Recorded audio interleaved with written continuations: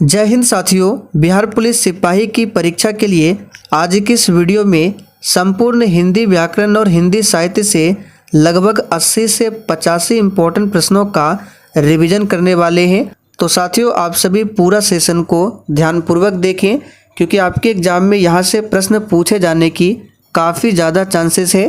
तो साथियों, सेशन आप लोगों के लिए काफ़ी ज़्यादा इम्पोर्टेंट रहेगा। तो साथियों, पहला क्वेश्चन है, दूसरे देश से मांगना वाक्यांश का सही विकल्प क्या होगा। सभी ऑप्शन को ध्यान से पढ़िए और साथियों बिल्कुल आपको सोच समझकर आंसर करना है। तो साथियों, पहला क्वेश्चन है, दूसरे देश से मांगना वाक्यांश का सही विकल्प क्या होगा। सभी ऑप्शन को ध्यान से पढ़िए और साथियों प्रत्येक स्टूडेंट को नीचे लाइव चैट में अपना अपना आंसर देना है जिससे आपका प्रॉपर तरीके से रिवीजन भी हो। तो यहाँ पर देखिए क्या बोला जा रहा है कि दूसरे देश से मांगना वाक्यांश के लिए सही विकल्प क्या होगा। तो इसका सही जवाब है ऑप्शन दूसरे देश से मांगना जो है इसके लिए होता है आयात। तो यहाँ पर पहला ऑप्शन आपका सही जवाब है आयात। ध्यान रखेंगे। अमूल्य की बात करें तो जिसका कोई मूल्य ना हो उसके लिए एक शब्द है अमूल्य, और अतृप्त की बात करें तो जो तृप्त ना हो इसके लिए होगा अतृप्त। तो सारे फैक्ट को ध्यान रखें। चलिए आगे देखिए, प्रत्युत्तर शब्द में कौन सी संधि है। तो साथियों प्रत्युत्तर शब्द की बात करें तो इसमें कौन से संधि है, तो याद रखिएगा यन संधि है। और प्रत्युत्तर शब्द की अगर संधि विच्छेद करें तो क्या होगा, प्रति जोड़ उत्तर, और इसमें कौन से संधि है तो याद रखिएगा यन संधि है। आगे देखिए, आग्रह शब्द का विलोम क्या होगा। बिल्कुल आपको सोच समझकर आंसर करना है। तो साथियों यहाँ पे आग्रह शब्द का विलोम हो जाएगा क्या, तो दुराग्रह। तो दूसरा ऑप्शन जो ही बच्चे दिए हैं बिल्कुल सही जवाब है। और अधोगामी की बात करें तो इसका विलोम क्या होगा, ऊर्ध्वगामी। और यहाँ पे देखिए निषेध है, इसका विलोम हो जाएगा प्रवेश, और विरक्त का विलोम होगा अनुरक्त। तो सभी को साथ में ध्यान रखें। चलिए आगे देखिए, अनु उपसर्ग का उदाहरण इनमें से कौन नहीं है। तो अनुपसर्ग की बात करें तो कौन सा इसमें उदाहरण नहीं है, तो याद रखिएगा अनुपयोगी। अनुपसर्ग का उदाहरण जो है ये विकल्प में दिया गया है, अनुवाद, अनुकरण और अनुराग। ये तीनों अनुपसर्ग का उदाहरण है, जबकि अनुपयोग की बात करें तो ये अनुपसर्ग का उदाहरण नहीं है। नारीत्व शब्द में कौन सी संज्ञा है। चलिए वेरी इंपॉर्टेंट क्वेश्चन है, इस पर आप सभी स्टार मार्क कर लें। नारीत्व शब्द में कौन सी संज्ञा है। तो यहाँ पर पांचवें प्रश्न का सही जवाब हो जाएगा, इसमें भाववाचक संज्ञा है। तो तीसरा ऑप्शन जो ही बच्चे दिए हैं बिल्कुल सही जवाब है, भाववाचक संज्ञा है। निम्नांकित में अति उपसर्ग का उदाहरण क्या है। चलिए 6 के लिए फटाफट से आंसर कीजिए।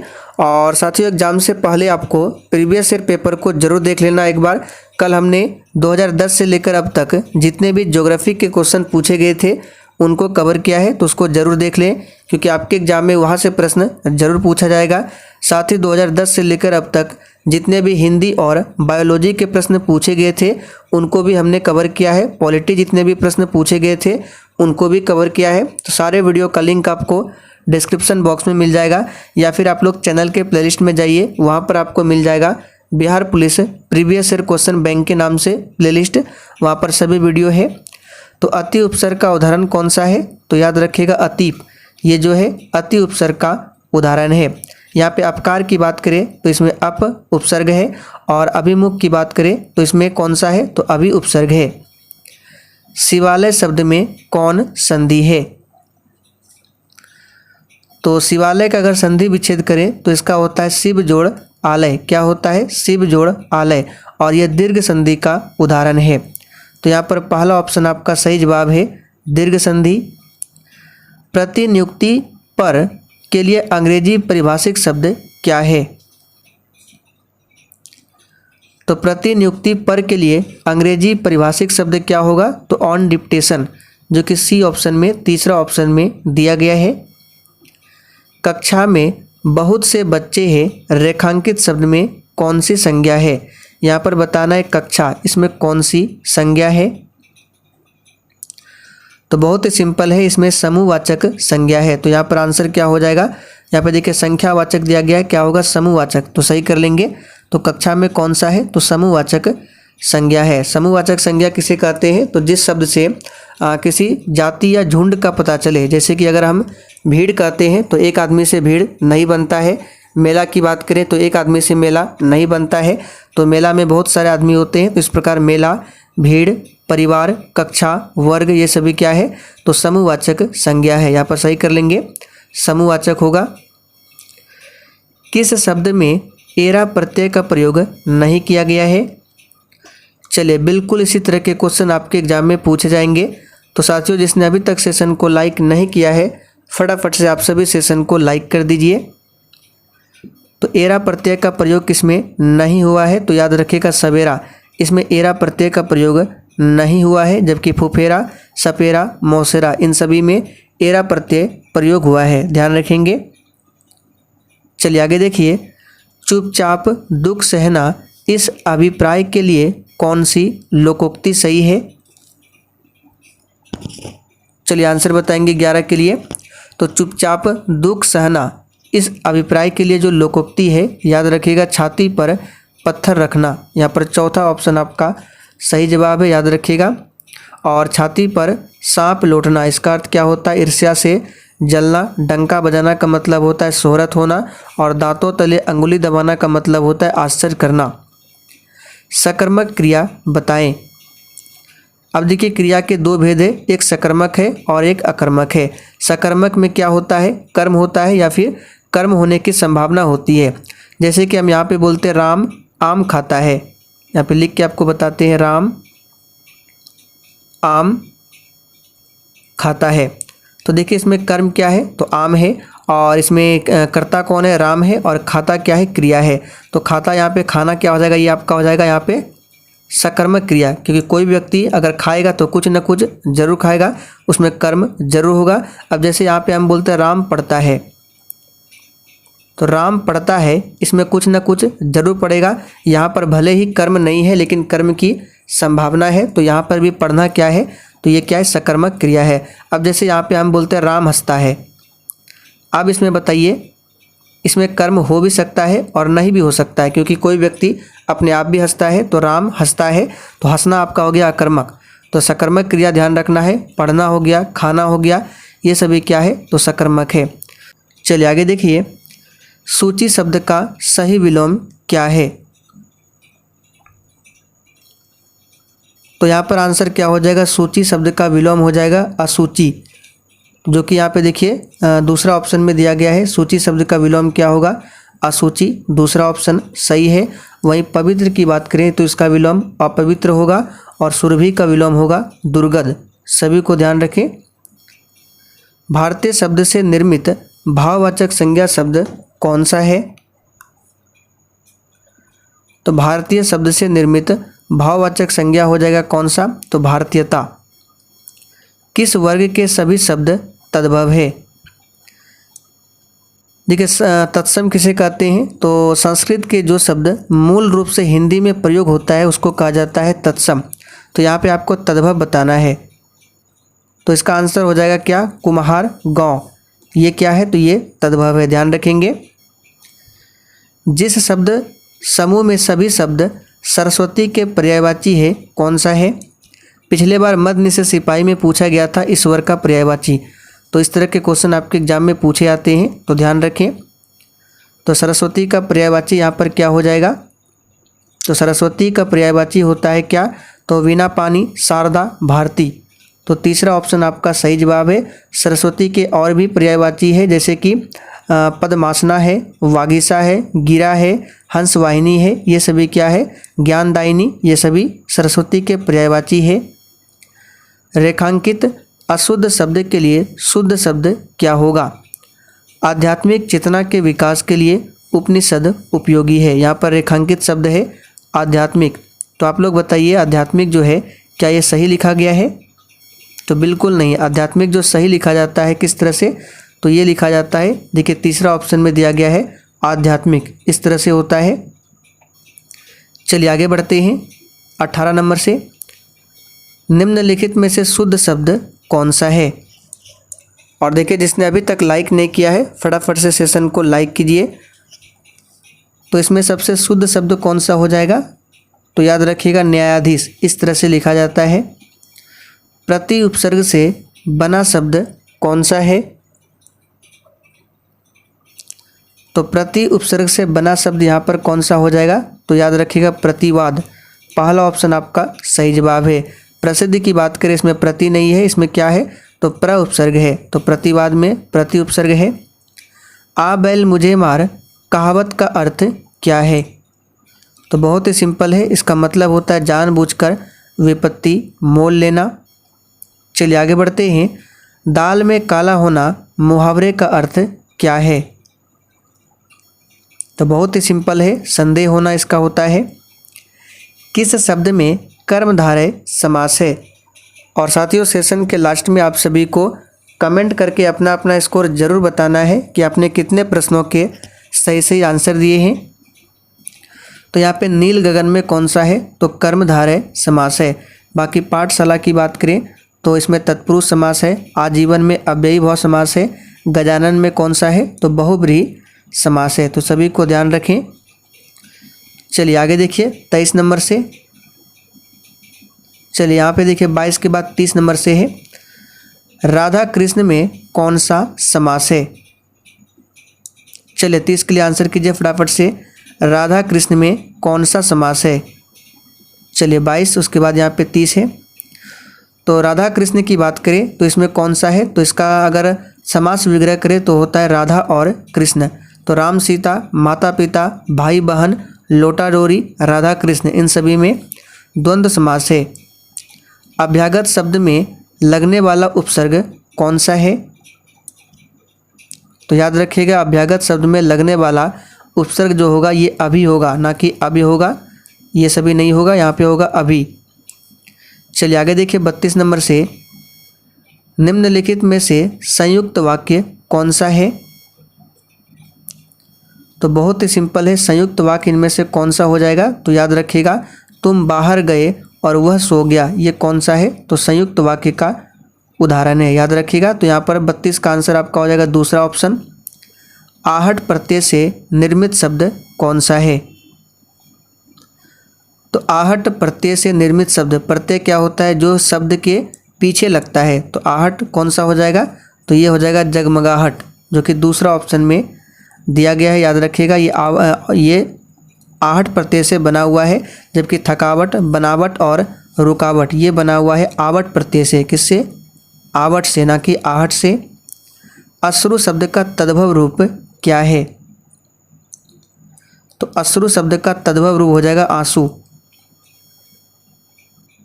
अवसरवादी होना मुहावरे का सही अर्थ क्या है? तो अवसरवादी होना मुहावरे का सही अर्थ होता है गिरगिट की तरह रंग बदलना। यहाँ पर पहला ऑप्शन सही है। कम बोलने वाला वाक्यांश के लिए उपयुक्त शब्द क्या है? तो ये प्रश्न ऑलरेडी बिहार पुलिस में पूछा गया है। कम बोलने के लिए है मितभाषी, जो कि यहाँ पे देखिए चौथा ऑप्शन में दिया गया है। किस वाक्य में क्रिया का संदेहार्थक रूप में प्रयोग हुआ है? वह जाना चाहता है, इसमें कोई भी संदेह नहीं है। तुम नहीं लिखोगे, इसमें भी नहीं है। शायद तुम्हारा कहना सत्य है, इसमें क्या है? संदेह है। तो दूसरा ऑप्शन सही है। महेश को अपने कार्य के लिए पर्याप्त धन मिल गया, रेखांकित पद की सही वर्तनी विकल्प चुने। यानी पर्याप्त किस रूप में होता है सही से? तो ये इस तरह से होता है पर्याप्त। राजा का पर्यायवाची क्या है? तो देखिए राजा का पर्यायवाची क्या क्या होता है? तो नरेश होता है, भूपाल होता है, महीपति होता है, भूपति होता है। ये सभी क्या है? तो राजा के पर्यायवाची है। तो देखिए यहाँ पे दिया गया है भूपति, तो पहला ऑप्शन आपका सही है। रेलगाड़ी स्टेशन से जा चुकी है, इस वाक्य में कौन सा कारक है? तो याद रखिएगा स्टेशन से यानी अलगाव का भाव आ रहा है, तो यहाँ पे हो जाएगा अपदान कारक, ना कि करण होगा। शुद्ध शब्द बताएं। तो सांप्रदायिक शुद्ध रूप में किस तरह से लिखा जाता है? तो इसका सही जवाब हो जाएगा दूसरा ऑप्शन, सांप्रदायिक होता है इस तरह से शुद्ध रूप में। चलिए आगे देखते हैं 42 से। तो 42 में उपसर्ग रहित शब्द बताएं। यानी कि इसमें आपको ऐसा शब्द बताना है जिसमें उपसर्ग का प्रयोग नहीं हुआ है। तो 42 का आंसर हो जाएगा कहार। कहार में कोई भी उपसर्ग नहीं है, याद रखिएगा। बाकी विहार, प्रहार, आहार इन सभी में उपसर्ग है। किसी बात को अत्यधिक बढ़ाकर कहना वाक्य के लिए वाक्यांश है। ये प्रश्न भी पूछा हुआ प्रश्न है बिहार पुलिस में। तो किसी वाक्य को अत्यधिक बढ़ाकर कहना, इसके लिए कौन सा हो जाएगा? तो अतिशयोक्ति। काल शब्द का अर्थ इनमें से कौन नहीं है? तो 44 का आंसर हो जाएगा स्त्री। ये काल शब्द का अर्थ नहीं है। बाकी समय, यम, मृत्यु ये सभी काल का क्या है? तो अर्थ है। जो भूमि उपजाऊ हो, वाक्यांश के लिए सही शब्द क्या है? तो बहुत ही सिंपल है, उर्वरा। अनुज का सही विलोम क्या है? तो प्यारे साथियों, अनुज का विलोम क्या होता है? अग्रज। आप सभी जानते हैं। तो चौथा ऑप्शन आपका सही जवाब है। सहोदर का विलोम अन्योदर होता है। कनिष्ठ का ज्येष्ठ होता है। वरिष्ठ का कनिष्ठ होता है। संधि की दृष्टि से अशुद्ध शब्द का चयन करें। तो यहाँ पे अशुद्ध कौन सा हो जाएगा? तो संधि की दृष्टि से अशुद्ध शब्द जो है ये दीक्षांत है। यहाँ पर चौथा ऑप्शन सही है। बाकी उपेक्षा, प्रत्युपकार, हितैषी ये सभी सही है। शुद्ध शब्द का चयन करें। पुनर्जागरण कैसे लिखा जाएगा? तो पुनर्जागरण की बात करें तो ये हो जाएगा शुद्ध रूप में कैसा? तो देखिए तीसरा ऑप्शन में दिया गया है पुनर्जागरण, इस तरह से होता है। वर्तने की दृष्टि से शुद्ध शब्द है। तो देखिए यहाँ पे जमराज लिखा गया है। तो जमराज क्या है? ये शुद्ध नहीं है। ये होता है यमराज, ना कि जमराज होता है। परमात्मा की बात करें तो यहाँ पे बताना है आपको सबसे शुद्ध कौन सा है। तो परमात्मा भी गलत लिखा हुआ है। और सौहार्द की बात करें ये भी गलत है। यहाँ पे देखिए स्वास्थ्य, ये सबसे सटीक लिखा हुआ है। तो चौथा ऑप्शन आपका सही जवाब है। ध्यान रखेंगे परमात्मा किस तरह से होता है। तो परमात्मा इस तरह से होता है, परमात्मा, ना कि परमात्मा होता है। आप शब्द में कौन सा सर्वनाम है? सबसे पहले इस प्रश्न पर आप सभी स्टार मार्क कीजिए, क्योंकि सर्वनाम से संबंधित आपके एग्जाम में हमेशा क्वेश्चन पूछे जाते हैं। आप में कौन सा सर्वनाम है, स्वयं में कौन सा सर्वनाम है। तो आप लोग सर्वनाम टॉपिक को जरूर पढ़ लें। तो आप शब्द में कौन सा होता है? तो याद रखिएगा इसमें पुरुषवाचक सर्वनाम होता है। केवल दूध पर जीवित रहने वाला वाक्यांश के लिए उपयुक्त शब्द क्या है? तो केवल दूध पर जीवित रहने वाला के लिए कौन सा शब्द होगा? पयोहारी, जो कि दूसरा ऑप्शन में दिया गया है। किस वाक्य में संबंध कारक है? तो बहुत ही सिंपल है, श्याम की पुस्तक है। यहाँ पे देखिए संबंध का के की, तो इसमें संबंध कारक है। गुफा में रहता है, इसमें अधिकरण कारक है। गिलास मेज पर है, इसमें भी अधिकरण कारक है। मिश्र वाक्य कौन सा है? तो 53 का आंसर क्या हो जाएगा? तो जो विद्यार्थी परिश्रमी होता है वह अवश्य सफल होता है। ये क्या है? तो मिश्र वाक्य का उदाहरण है। चलिए आगे बढ़ते हैं 54 नंबर से। चलिए, विषाद शब्द का सही संधि विच्छेद क्या है? तो साथियों, विषाद शब्द का सही संधि विच्छेद होता है वी जोड़ साध, जो कि दूसरा ऑप्शन में दिया है। किस शब्द में बहुब्रीहि समास नहीं है? तो बहुत ही सिंपल है, सप्ताह। इसमें बहुब्रीहि नहीं। ये कौन सा है? तो ये द्विगु है, क्योंकि इसमें संख्यावाचक आ रहा है। तो ये हो जाएगा आपका द्विगु। बाकी चंद्रमौली, लंबोदर, मकरध्वज ये सभी क्या है? तो बहुब्रीहि समास है। वह स्वतः ही जान जाएगा वाक्य में रेखांकित शब्द में कौन सा सर्वनाम है? इस पर भी आप सभी स्टार मार्क कीजिए। तो अभी हमने ऊपर देखा था आप में कौन सा है, आप में पुरुषवाचक है।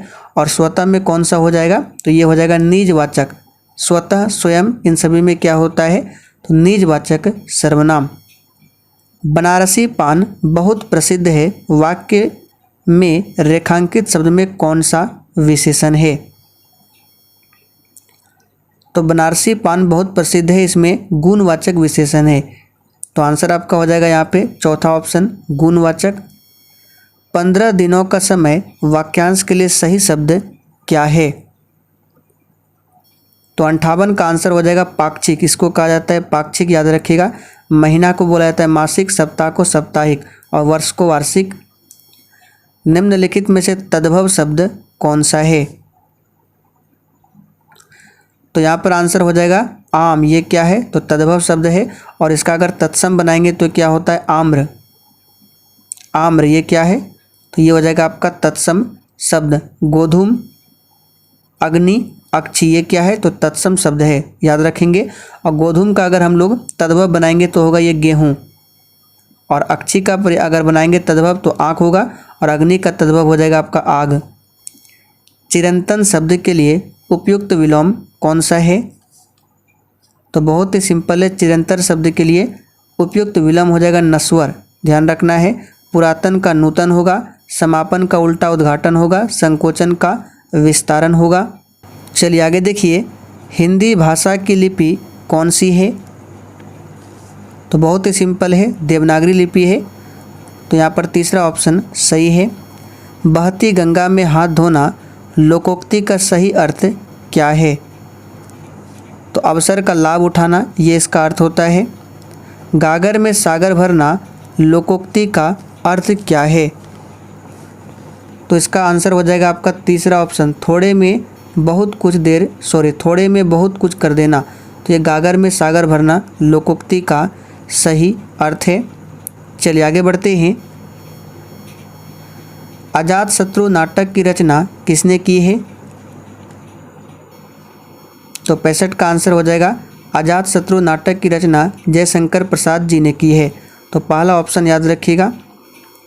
निम्नलिखित में कौन विदेशी शब्द है? तो एक होता है देशज और एक होता है विदेशज। तो यहाँ पे गार्ड जो है ये क्या है? विदेशी शब्द है। बाकी सावन, कान, रस्सी ये बोलचाल की भाषा में अपने भारत में ही बोला जाता है, जिसे देशज कहा जाता है। लेकिन गार्ड जो है ये विदेशी शब्द है। निम्नलिखित में तद्भव शब्द कौन सा है? तो आंसर यहाँ पे हो जाएगा कंगन। ये क्या है? तो कंगन जो है ये तद्भव शब्द है, याद रखिएगा। और इसका अगर हम तत्सम बनाएंगे तो ये क्या हो जाएगा? कंकन। तत्सम होता है कंकन और इसका तद्भव हो गया कंगन। काठ का उल्लू होना मुहावरे का अर्थ क्या है? तो काठ का उल्लू होना इसका अर्थ होता है बहुत बड़ा मूर्ख होना। यहाँ पर दूसरा ऑप्शन सही है, याद रखिएगा। पूस की रात किसने लिखा? चलिए ये हिंदी साहित्य से प्रश्न है। तो पूस की रात इसको लिखा है किसने? तो मुंशी प्रेमचंद्र ने। यहाँ पर तीसरा ऑप्शन आपका सही जवाब है। और इनकी रचना है मुंशी प्रेमचंद की, याद रखिएगा। जैसे कि आपका हो गया कफन, पूछा जाता है कफन किसने लिखा? तो ये भी मुंशी प्रेमचंद्र ने लिखा है। आकाश का विपरीतार्थक शब्द क्या है? तो बहुत ही सिंपल है, पाताल होता है आकाश का विपरीतार्थक शब्द। पृथ्वी का क्या होता है? गगन होता है। सागर का क्या होता है? सरिता। और प्रकाश का विपरीतार्थक क्या होता है? अंधकार। चमड़ी जाए पर दमड़ी न जाए मुहावरे का अर्थ होता है? तो बहुत ही सिंपल है, अत्यधिक कंजूस। आमिष का विलोम क्या होगा? और देखिए बहुत सारे स्टूडेंट ने अभी तक लाइक नहीं किया है, फटाफट से सेशन को लाइक कीजिए। तो यहाँ पर आमिष का विलोम क्या हो जाएगा? तो याद रखिएगा ये होता है निरामिष, जो कि पहला ऑप्शन में दिया हुआ है। पशु का होता है विलोम मनुष्य, रात का दिन, अग्नि का जल। आहूत का विलोम क्या होगा? तो बहुत ही सिंपल है, आहूत का विलोम होता है अनाहुत, याद रखिएगा। चलिए आगे बढ़ते हैं। उत्कर्ष का विलोम क्या है? तो साथियों उत्कर्ष का विलोम यहाँ पे हो जाएगा अपकर्ष, जो कि चौथा ऑप्शन में है। विधि का विलोम क्या होगा? तो विधि का विलोम हो जाएगा यहाँ पर क्या? निषेध। क्या हो जाएगा? निषेध। विपरीत का हो जाएगा समान। विरोध का हो जाएगा यहाँ पे आपका समर्थन, याद रखिएगा। चलिए आगे बढ़ते हैं। सारंग का अर्थ क्या होता है? तो सारंग का अर्थ होता है बहुरंगा। कुल और कुल इसका अर्थ क्या है? तो ये कुल और ये कुल दोनों अलग अलग है और दोनों का अर्थ अलग अलग होता है। तो इस कुल की बात करें इसका मतलब होता है वंश, और ये कुल की बात करें तो इसका होता है किनारा। तो इसको याद कर लीजिए, एग्जाम के लिए इम्पोर्टेंट बन सकता है। कपूत का विलोम क्या होता है? तो कपूत का विलोम यहाँ पे क्या हो जाएगा? सपूत। जो कि पहला ऑप्शन में दिया गया है। अधिक बोलने वाले को क्या कहते हैं? तो अधिक बोलने वाले को वाचाल कहा जाता है, जबकि कम बोलने वाले को मितभाषी कहा जाता है। कवयित्री का शुद्ध रूप क्या है? इस पर भी स्टार मार्क कीजिए। तो कवयित्री का शुद्ध रूप होता है किस तरह से? देखिए तीसरा ऑप्शन में दिया गया है कवयित्री, इस तरह से शुद्ध लिखा जाता है, देख लीजिए सही से। सेना का पर्यायवाची शब्द क्या होता है? तो सेना का पर्यायवाची यहाँ पे हो जाएगा कटक, याद रखिएगा। सेना का पर्यायवाची होता है कटक, अनीक, चमू, अनाकिनी, दल, ये सभी सेना के पर्यायवाची है। चलिए आगे बढ़ते हैं। कुंडल और कुंतल शब्द युग्म का सही रूप क्या है? तो इस कुंडल का अर्थ होता है कर्णाभूषण और इस कुंतल का अर्थ होता है केस। तो यहाँ पे देखिए कर्णाभूषण और केस हो जाएगा। मीठा का भाववाचक संज्ञा क्या बनेगा? तो मीठा से मिठास बनेगा, यहाँ पर दूसरा ऑप्शन सही है।